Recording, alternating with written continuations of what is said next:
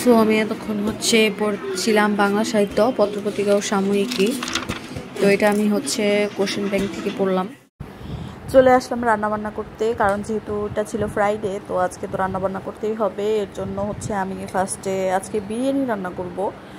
আমি এসেছিলাম হচ্ছে আমাদের বাসায়, তো আম্মু বলতেছিল যে বিরিয়ানি রান্না করে খাওয়াতে, যেহেতু আমি অনেক বেশি হচ্ছে বিরিয়ানি রান্না করি, এজন্য বলতেছিল যে তুমি রান্না করো। তো বাসায় এসেছি যেহেতু অনেক বেশি পরিমাণে একটু রান্না করতে হবে, সো এখানে আমি একটু কনফিউজড ছিলাম যে কতটুকু মশলাপাতি দিব বা এগুলো। তো এগুলো আমি আমার কাছ থেকে জেনে নিচ্ছিলাম, যেমন কতটুকু পরিমাণ আদা বাটা দিতে হবে, তারপরে তেলটা কত পরিমাণের হবে, এগুলোই আর কি। তো দুইজনে মিলে রান্নাবান্না করেছি। আম্মু সব কিছু আমাকে সুন্দর করে হচ্ছে গুছিয়ে দিয়েছে, আমি জাস্ট হচ্ছে সব কিছু আর কি করেছি। তো এরপর হচ্ছে চালগুলো আমি সুন্দর করে ভেজে নিয়েছিলাম। এই দিনের চাল ভাজাটা অনেক পরিমাণে সুন্দর হয়েছিল, আর আমার আম্মু হচ্ছে মানে এমন সুন্দর করে হচ্ছে পানির পরিমাণটা দেয় পোলাওয়ের মধ্যে, যেটা একদম পারফেক্ট হচ্ছে পোলাওটা হয়। আর এখানে হচ্ছে আমি দুপুরে খাবারটা খেয়ে নিচ্ছি। তারপর আমরা খাবার দাবার করার পরে আমি আবার ব্যাক করব। যেহেতু আমার বাসা থেকে হচ্ছে আমার বাবার বাসা অনেকটাই কাছে, সো আমার হচ্ছে যেতে আসতে খুব একটা টাইমও লাগে না, মানে ডিস্টেন্স খুবই কাছে। আমি ইচ্ছে হলেই চলে যাই। এটা কার? এটা আমার। তোমার জন্য। ইয়া হাত ছড়াও। ওয়ারিদ যেহেতু বিরিয়ানি খেতে পারবে না, ও খেতে পারে না একটু ঝাল, তাই আমি ওর জন্য চিকেন রান্না করেছি মরিচ ছাড়া। এখনই সে নাকি খাবে। কয়টা খাবা তুমি এখন? আমি এটা খাবো। আচ্ছা আচ্ছা। বড়টা।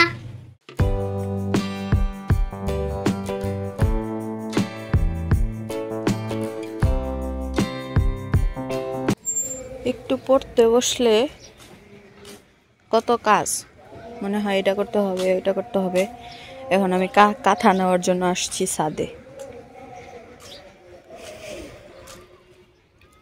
এত কিছু করে আসলে পড়াশোনা খুবই কষ্টসাধ্য একটা ব্যাপার, তারপরেও চেষ্টা করতেছি, দেখা যাক কি হয়।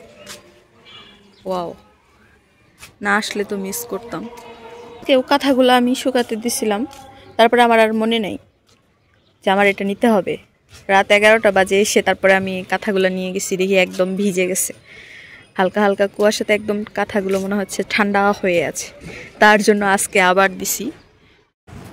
এখন আমি ম্যাথ করতে বসে গেছি, কারণ হচ্ছে প্রতিদিনই এখন আমি চাচ্ছি যে আমি অন্তত কমসে কম 1.5 ঘন্টা হলেও ম্যাথটা করবার, কারণ ম্যাথ না করলে আমি ভুলে যাই। যেটা আমি সব ব্লগেই বলি যে আমি ম্যাথ যদি কিছুদিন না করি তাহলে আমি ম্যাথ করা ভুলে যাই। আর যেহেতু 60 দিনের একটা বলেছি যে 60 দিনের হচ্ছে স্টাডিগুলোই আপনাদের সাথে শেয়ার করবো, তো যেটা যেটা আসলে করতেছি আমি ওইভাবে ডিটেলস শেয়ার করতে পারছি না, কারণ ওইভাবে আসলে শেয়ার করার মতো মানে একটা বিষয়টা হচ্ছে অনেক সময় সাপেক্ষ। আর এখন আসলে এই অবস্থায় এসে এত পরিমাণ সময়ে আসলে ভিডিও করাটাই যেখানে হচ্ছে এখন বিলাসিতা মনে হয় মাঝে মাঝে। তো যখন আসলে একটু ফ্রি থাকি তখনই আমি ভিডিওগুলো মানে রেকর্ড করি। আর আমার ভিডিও থাকে সব থেকে মানে যা হচ্ছে তাই, মানে আমি কোনো প্রকার হচ্ছে এডিটিং করি না, একদম রটাই আপনাদের সাথে শেয়ার করি। আজকের মতো এই পর্যন্ত ছিল। থ্যাঙ্কস ফর ওয়াচিং এন্ড আসসালামু আলাইকুম এভরিওয়ান।